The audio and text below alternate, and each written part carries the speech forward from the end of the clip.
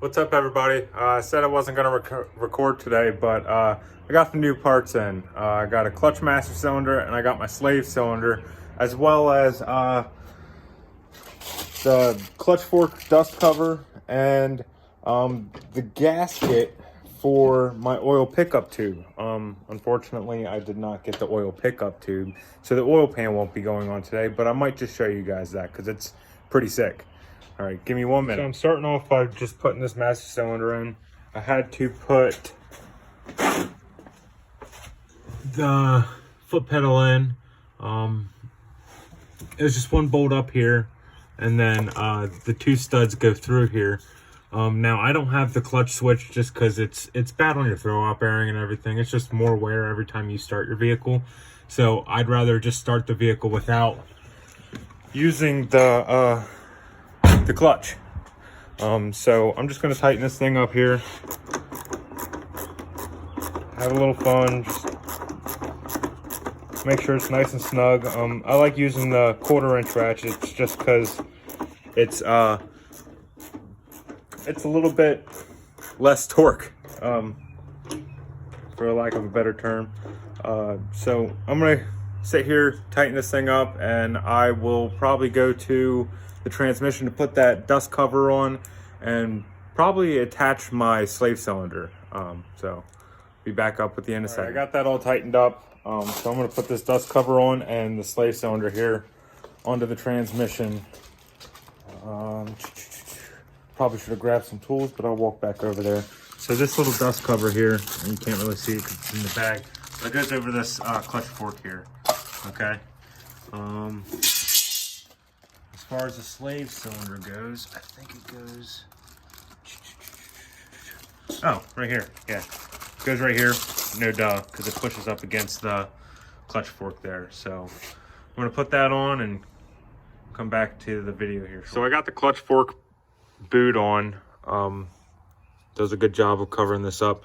When I got this car, it never had the boot there, and I never cared to buy one. So the inside of this transmission bell housing is pretty filthy. There was an oil leak, that's why I changed the front plate seal. But yeah, I'm too lazy to clean this, and I mean, it's not really going to cause any harm. Maybe blow it out with an air gun, wipe it down a little bit. But I'm going to put this slave cylinder in here, brand new from Exedy. There's a little rod that goes in here, and then it pushes up against this clutch fork here and just bolts right on there like that. I'll put this on and then probably show you guys how it looks. All right, so I have the slave cylinder loosely fitted. I just want to show you guys what it looks like. The slave cylinder does come in 2 pieces. So it's just this little probe here, little shaft that just sits in here. There's no like kind of joint or anything that it sits in. The only thing that really holds it in place when it's off of the transmission is this rubber gasket here.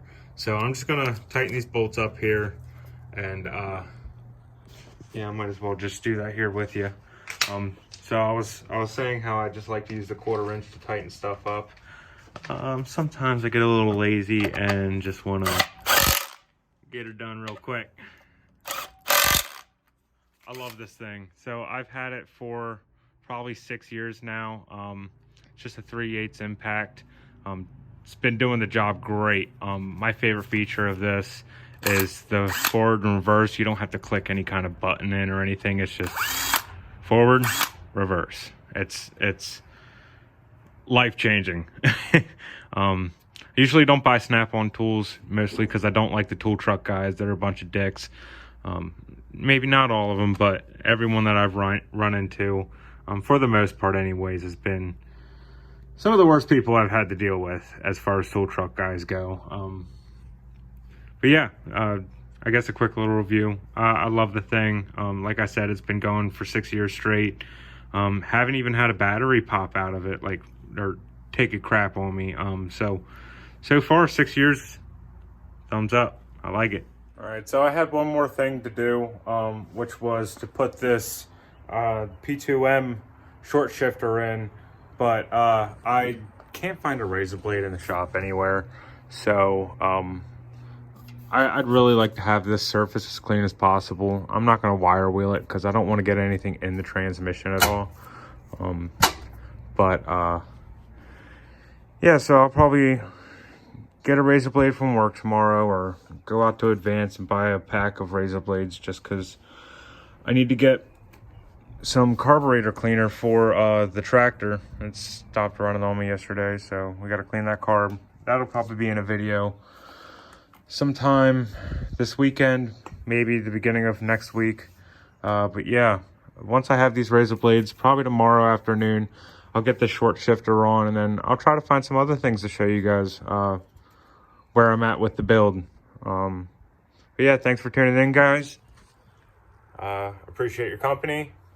Hope to see you in the next video. Peace.